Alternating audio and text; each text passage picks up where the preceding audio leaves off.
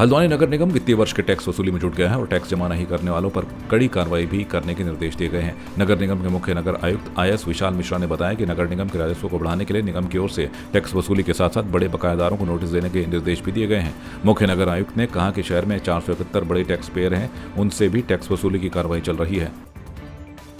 देखिए, कोई भी नगर निगम हो, उसकी रीढ़ की हड्डी उसका टैक्स डिपार्टमेंट होता है, उसका टैक्स कलेक्शन है। तो मेरे द्वारा ये प्रयास किया जा रहा है कि शहर में जो बड़े टैक्स पेयर्स हैं उनकी सूची बना करके उनको पर्सनली बात भी की जाए, नोटिसेस भी भेजे जाएं, ताकि वो ससमय जो है रिमाइंडर्स भी भेजे जाएं, ताकि वो ससमय टैक्स भरें। तो इस संदर्भ में जो हमने सभी कॉमर्शियल बिल्डिंग्स हैं उनको भी एक लिस्ट बना ली है। वो करीब 471 की लिस्ट है सभी वार्ड्स में, क्योंकि जो नया क्षेत्र ऐड हुआ है उसमें अभी टैक्सेशन शायद नहीं लगा है एज़ पर द जियो। तो ऐसी परिस्थिति में जो भी हैं हमारे बड़े टैक्स पेयर्स, उनको ससमय टैक्स वसूला जाएगा और जो नहीं दे रहे हैं उनके खिलाफ कठोरतम कार्रवाई की जाएगी। पिथौरागढ़ जिले के विकासखंड मुनस्यारी के फाफा गांव निवासी एक व्यक्ति की भेड़ बकरी चराने के दौरान उच्च हिमालय क्षेत्र में तबीयत बिगड़ गई। उन्हें फुंगागेर के जंगल से डोली बनाकर फाफा गांव पहुंचाया गया, जहां से उन्हें वाहन के माध्यम से जिला अस्पताल भेज दिया गया है। बमुश्किल उबड़ खाबड़ रास्ते के बीच ग्रामीणों ने दो डंडों के सहारे डोली बनाकर बीमार त्रिलोक सिंह को 15 किलोमीटर पैदल चलकर घर पहुंचाया।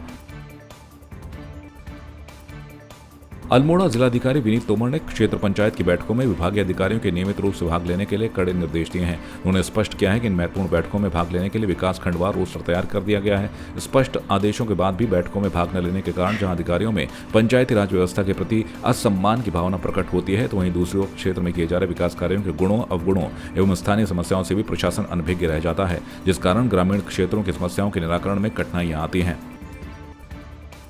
बेरीनाग के उडियारी गांव में स्थित नौलिंग बजेंड के मंदिर में 10 दिवसीय शिव महापुराण के साथ भागवत कथा का आयोजन किया जा रहा है। आयोजन के मौके पर मंदिर से लेकर कांडे किरोली तक ढोल नगाड़ों, छलिया नृत्य के साथ महिलाओं की ओर से भव्य कलश यात्रा निकाली गई, जिसमें सैकड़ों महिलाओं ने शिरकत की। कथावाचक राजेंद्र तिवारी ने बताया कि प्रतिदिन दोपहर के बाद कथा का आयोजन किया जाएगा। पौड़ी में मुख्य विकास अधिकारी अपूर्व पांडे की अध्यक्षता में विकास भवन सभागार में ग्राम्य विकास को लेकर केंद्र व राज्य सरकार की चल रही योजनाओं की समीक्षा की गई, जिसमें वार्षिक व मासिक लक्ष्यों को लेकर समीक्षा के साथ आगामी कार्य योजना पर चर्चा की गई। बताया गया कि संबंधित विभागों के साथ समन्वय स्थापित करते हुए इस दौरान प्रत्येक विकासखंड में एक मॉडल गाँव का विकास करने के निर्देश CDO को ओर से दिए गए हैं। बताया गया कि सभी विभाग मिलकर कम से कम एक ब्लॉक में एक गाँव को चिन्हित कर मॉडल विलेज के रूप में विकसित करने को लेकर कार्य योजना तैयार करेंगे। सरकार की बहुत सारी योजनाएं ग्राम्य विकास विभाग की चल रही हैं, उसके अतिरिक्त राज्य सरकार भी कई सारी योजनाएं चल रही हैं। तो उन योजनाओं में जो हमारे वार्षिक टारगेट होते हैं और जो मंथली टारगेट होते हैं, उनमें विभागों की एवं हमारे विभिन्न विकास खंडों की क्या प्रोग्रेस है उसकी समीक्षा बैठक की नियमित रूप से की जाती है और साल भर के आने वाले साल की भी कार्य योजना पर हमारे द्वारा उसमें समग्र चर्चा की गई है, विचार किया गया। हमारा प्रयास ये है कि विकास खंड की टीमें जो भी कार्य कर रही हैं वो समस्त एलाइड डिपार्टमेंट्स के साथ कन्वर्जेंस में करें।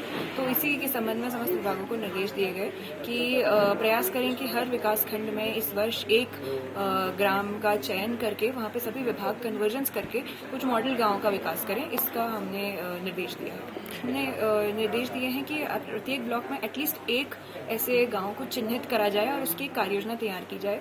उसके बाद एक बार ये कार्य योजना हमें प्राप्त होती है तो किस तरीके से इस कार्य योजना के अनुसार आगे कार्य किया जाना है, कहाँ से उसको वित्त पोषित किया जाना है, इस पर हमारे द्वारा काम किया जाएगा।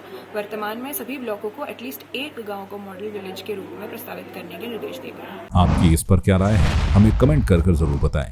इसके साथ ही आप हमारे YouTube चैनल को सब्सक्राइब कीजिए। आप हमें Facebook, Instagram, Twitter और कू ऐप पर फॉलो भी कर सकते हैं। और संवाद 365 के साथ एक क्लिक में जुड़ने के लिए डाउनलोड कीजिए संवाद 365 ऐप।